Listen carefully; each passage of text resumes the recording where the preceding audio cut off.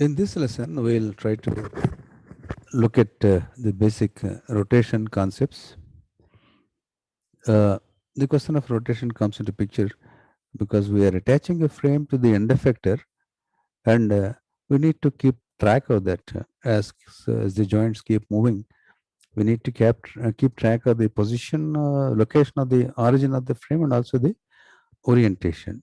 So we're basically keeping track of how the object that is being handled by the robot is moving. Well, towards that, we need to understand two things. One is two frames uh, that are rotated with respect to each other, and also translated. That is, origin has been shifted from one position to the other. How they can be related? Well, in this respect, we'll start with rotation of frames with a common origin. Origin being the same. For example, now we take two frames, x0, y0, z0 is one frame written in blue color, and another, suppose the same frame is now rotated in so many ways to come to this position, x1, y1, z1. x1, y1, z1 is the frame that you obtain after rotations. How to relate these two frames? Well, for that what we do is take a vector OP, we call it as OP0 when we refer to frame 0, and OP1 when we refer to frame 1.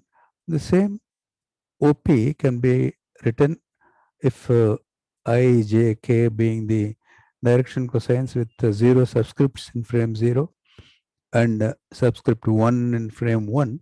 The same vector OP can be written as OP0 is x0, I0 plus y0, j0 plus z0, k0 in frame 0, and similarly with respect to frame 1 we write it as x1 I1 plus y1 j1, etc., where I, j, k are the unit vectors along these axes.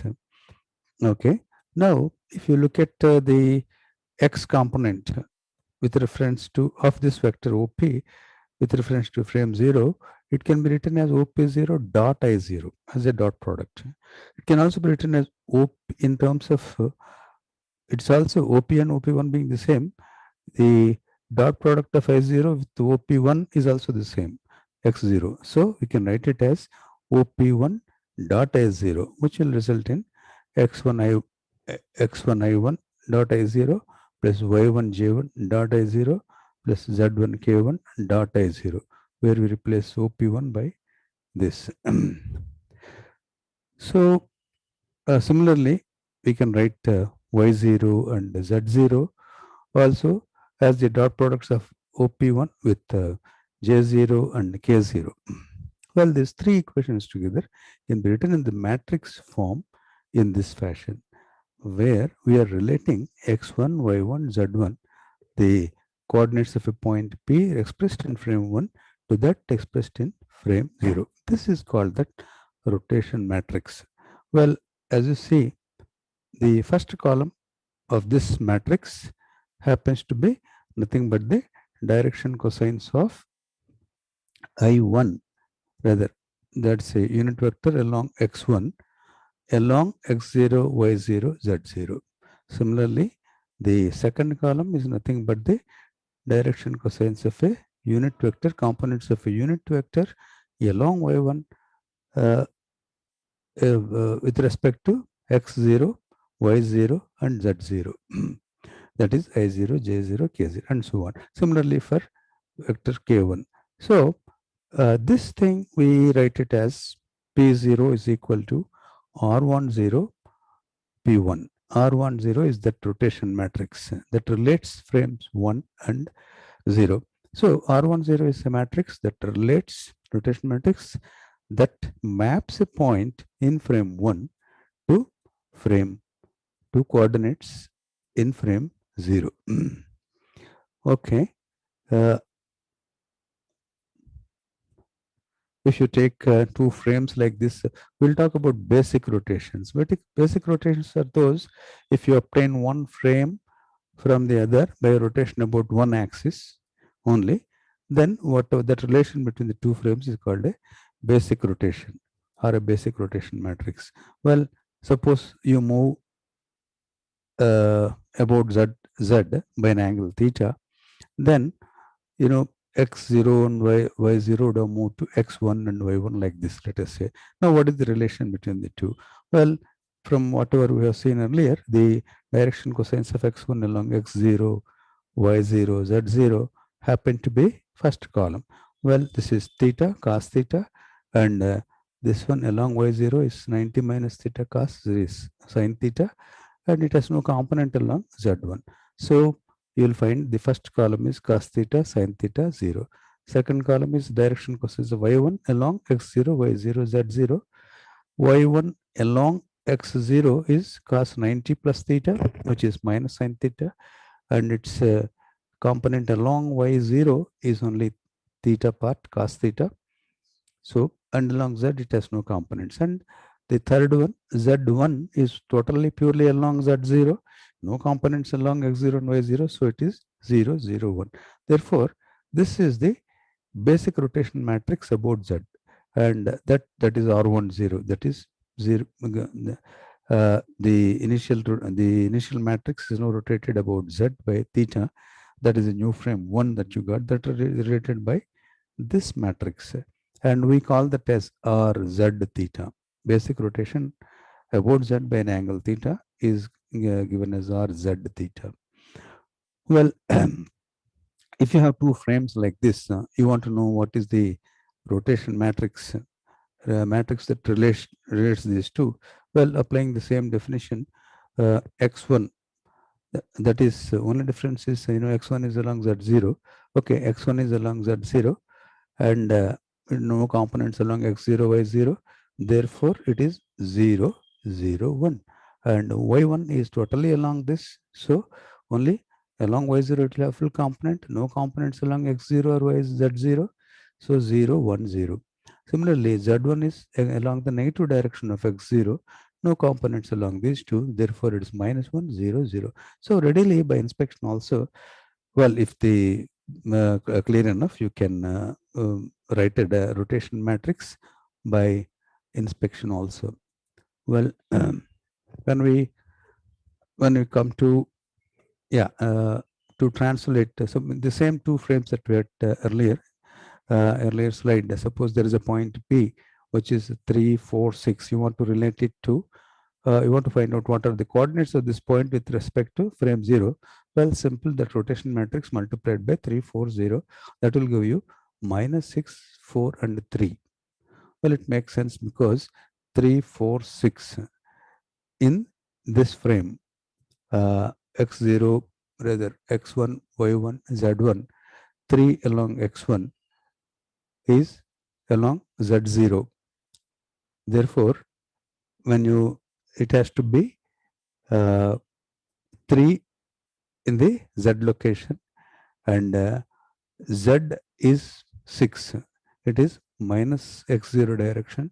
So in the x position, it goes to minus 6. So coordinates of this point can be readily seen to be minus 6, 4, 3 because the two frames are simple enough, and the axes are parallel in the way.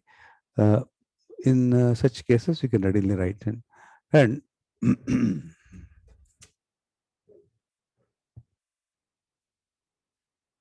suppose you have a rotation of 30 degrees, or what is RZ theta? Cos 30 minus sin 30 minus sin 30 cos 30 is 0, which is root 3 by 2. So you can readily write the numbers like this. Yeah, coming back to one more thing. Suppose I had minus 6, 4, 3 in frame 1, and I want to know them what they are in frame 0. Well, then it will have to be, the conversion will have to be P1 is equal to R01 instead of R10 P0. Okay, that R10 happens to be the notation of 1 with respect to 0. It is nothing but R10 transpose. It also happens that R transpose is also equivalent to the inverse of this matrix, and because it happens to be this basic rotation matrices happen to be orthogonal matrices, the transpose is also equivalent to the inverse. Okay. So, and other than this, the other two frames that we have, basic rotations, other two basic rotations are y, about y, uh, your x0 will go to x1, z0 will go to z1, and this is the new frame with the basic rotation. And when you look at this, by inspection also you should be able to, because y happens to be the same as before in the frame 0 and 1, it will have 1 in this position. And other things by inspection can be written as cos theta minus sin theta, cos theta, sin theta 0, cos theta in the first and third columns. Similarly, rotation about basic rotation about x-axis, around this. Well, this is the new frame, x being the same as x1 being the same as x0. That's why you get the first column as 1, 0, 0, and second and third columns you can find by inspection that these two. You may check it for yourselves. Okay. Okay. So these are they called the basic rotations. Then we'll look at the composition of rotations. You got one frame like this is rotated to frame position O1, is further rotated to frame position to another position O2. Then how do we relate a point in frame 2 to point to that in frame 0?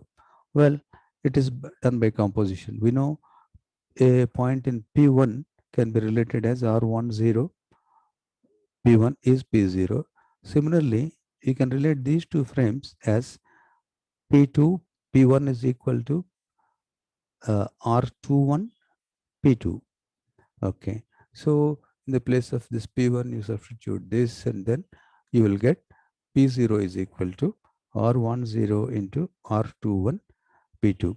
Well, there's a relation between this frame and this frame directly. Frame 2 to frame 0, we can directly write it as R20. And that R20 happens to be equal to R10 multiplied by R21. We sort of forced to multiply because we are rotating about the current frames. We are rotated about to this, and then this R21 rotation I talked about as rotation about Z1. Z1 is the new Z0. When it transformed after this transformation, it came to this position. This is the current Z position. So this current position, because the rotations are about the current positions, they are getting post multiplied. If on the other hand, if the multiplication, if the rotations were to be about a fixed axis, suppose this is the original axis, the first rotation was about, let us say, y, and it came to this position. Next rotation I don't make about the current z. I want a next rotation I want to make about z, but not about current z. I will make about this z, which is not parallel to probably any of these axes. Then this rotation that I make, or z theta that I make, will have to pre-multiply. So in that case, it will be R21 into R10.